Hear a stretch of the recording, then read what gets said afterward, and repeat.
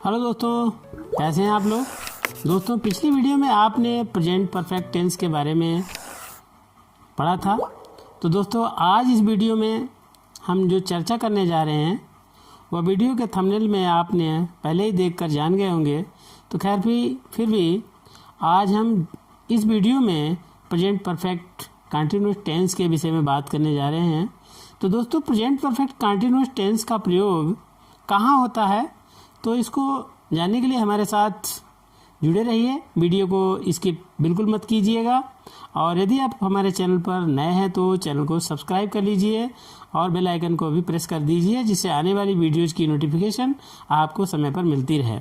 और लाइक और कमेंट भी कर दीजिए, और इसके साथ ही आप कमेंट में ये भी लिखिए कि आप इस वीडियो को कहाँ से देख रहे हैं, इंडिया के किस कोने से देख रहे हैं या कहीं फॉरेन कंट्री से देख रहे हैं।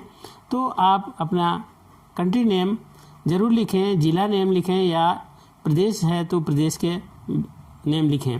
तो उससे हमें ये पता लगेगा कि आप कहाँ से देख रहे हैं। और इसके साथ ही आइए स्टार्ट करते हैं। तो प्रेजेंट परफेक्ट कंटिन्यूअस का प्रयोग ऐसे कार्यों के लिए होता है जहाँ कार्य भूतकाल में समय पर स्टार्ट हुआ हो और कार्य अभी जारी है, और इस टेंस में सिंस फॉर के साथ समय भी दिया होता है, और यदि समय नहीं दिया है तो वह सेंटेंस प्रेजेंट कंटिन्यूअस टेंस का माना जाएगा।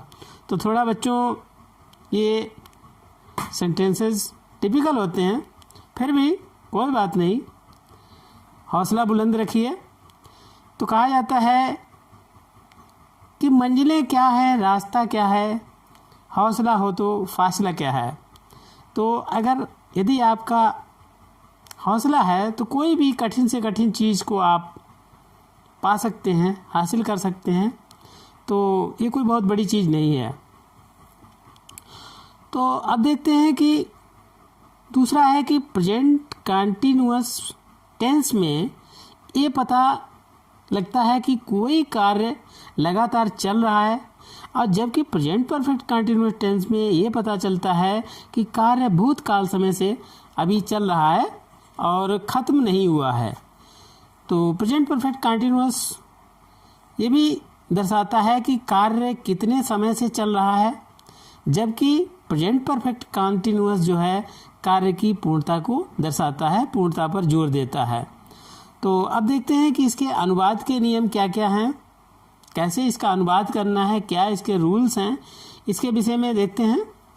तो जो हमारा प्रेजेंट परफेक्ट कंटिन्यूअस है, इसका अफर्मेटिव में देखते हैं। पहला तो अफर्मेटिव सेंटेंस में ही, शी, इट या सिंगुलर सब्जेक्ट है, उसके साथ हम हैज़ बीन का प्रयोग करेंगे।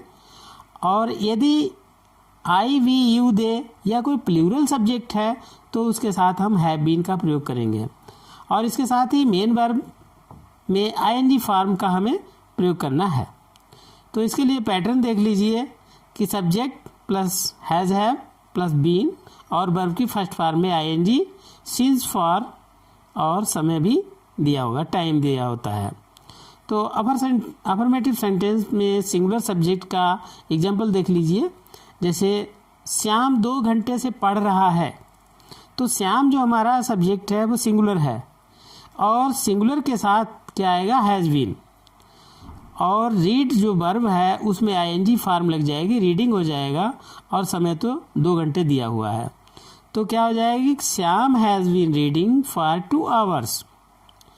अब प्लूरल वाला एग्जाम्पल देख लेते हैं कि लड़कियां 1 बजे से गाना गा रही हैं। अब लड़कियां हमारा क्या है, प्लूरल सब्जेक्ट है, और क्या गा रही हैं, गाना, और कितने समय से गा रही हैं, 1 बजे से। अब यहाँ पे देखिए सिंस लगेगा। सिंस क्यों लगेगा, क्योंकि हमारा जो टाइम होता है 2 भागों में विभाजित है, एक तो पीरियड ऑफ टाइम और दूसरा पॉइंट ऑफ टाइम।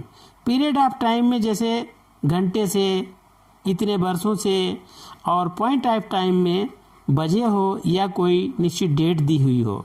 तो यहाँ पर लड़कियाँ जो हैं 1 बजे से गाना गा रही हैं, तो यहाँ पर 1 बजे पॉइंट ऑफ टाइम है, इसलिए यहाँ पर सिंस का प्रयोग होगा।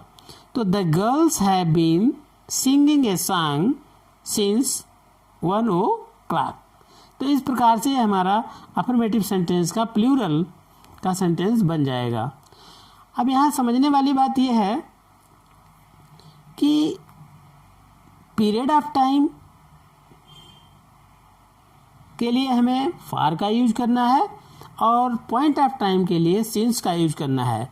ये हमें बहुत ही ध्यान से देखना है, और अगर ये गलत हो गया तो सारा ही अर्थ का अनर्थ हो जाएगा। अब आइए देखते हैं कि निगेटिव सेंटेंस कैसे बनता है। तो निगेटिव सेंटेंस में बहुत ही सिंपल सरल रूल है। तो जैसे हैज़ और हैव और बीन, इनके बीच में हमें नॉट का यूज करना है। हैज़ हैव और बीन के बीच में हमें नॉट का यूज करना है, और बाकी सेम अफर्मेटिव जैसा ही रहेगा। तो इसका एग्जाम्पल देख लीजिए कि श्याम 2 घंटे से नहीं पढ़ रहा है। श्याम 2 घंटे से नहीं पढ़ रहा है, तो क्या हो जाएगा, श्याम है एक वचन, तो इसके साथ में हैज़ बीन आ जाएगा, और हैज़ और बीन के बीच में हमें नॉट का यूज कर देना है। तो Shyam has not been reading for 2 hours. अब क्योंकि यहाँ पर आवर्स की बात है, घंटों की बात है, तो ये पीरियड ऑफ टाइम है, इसलिए यहाँ पर फॉर का यूज हो गया है। अब दूसरा एग्जाम्पल देख लीजिए, वह इस घर में 4 वर्ष से नहीं रह रही है। वह इस घर में 4 वर्ष से नहीं रह रही है, तो वर्ष की बात आ गई है, ये पीरियड ऑफ टाइम है, इसलिए यहाँ पर भी फॉर का ही यूज होगा। तो हो जाएगा she has not been living in this house for 4 years। अब आगे बढ़ते हैं कि इंट्रोगेटिव सेंटेंस पर बढ़ते हैं। तो इंट्रोगेटिव सेंटेंस भी हमारे 2 प्रकार के होते हैं। पहला तो वह सेंटेंस जो क्या से प्रारंभ होने वाला सेंटेंस, और दूसरा ऐसा सेंटेंस जिसमें प्रश्नवाचक शब्द जो है वाक्य के बीच में आया हो।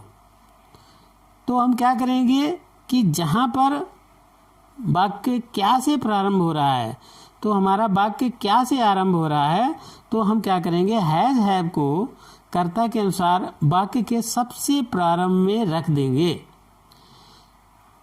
वो भी सब्जेक्ट के अकॉर्डिंग। अगर हमारा सब्जेक्ट सिंगुलर है तो हम हैज़ को पहले रखेंगे, और सब्जेक्ट हमारा प्लूरल है तो हम हैव को रखेंगे, उसके बाद सब्जेक्ट का यूज करेंगे, और वाक्य के अंत में, सेंटेंस के एंड में हमें क्वेश्चन मार्क अवश्य लगाना है, उसको नहीं भूलना है। तो एग्जाम्पल में देखिए कि क्या तुम अपना पाठ 2 घंटे से याद कर रहे हो। क्या तुम अपना पाठ 2 घंटे से याद कर रहे हो। तो इसमें क्या है, तुम शब्द दिया हुआ है, यू है, तो यू के साथ हैव आएगा। तो हैव को हम क्या करेंगे, सबसे शुरुआत में रख देंगे। तो have you been learning your lesson for 2 hours। तो इस प्रकार से हमारा सेंटेंस बन जाएगा। और जब प्रश्नवाचक शब्द वाक्य के बीच में है, तो हम क्या करेंगे, इस शब्द की जो है पहले लिख देंगे, वाक्य के प्रारंभ में सर्वप्रथम हम इसको रखेंगे। तो एग्जाम्पल देखिए कि तुम अपना पाठ 2 घंटे से क्यों याद कर रहे हो।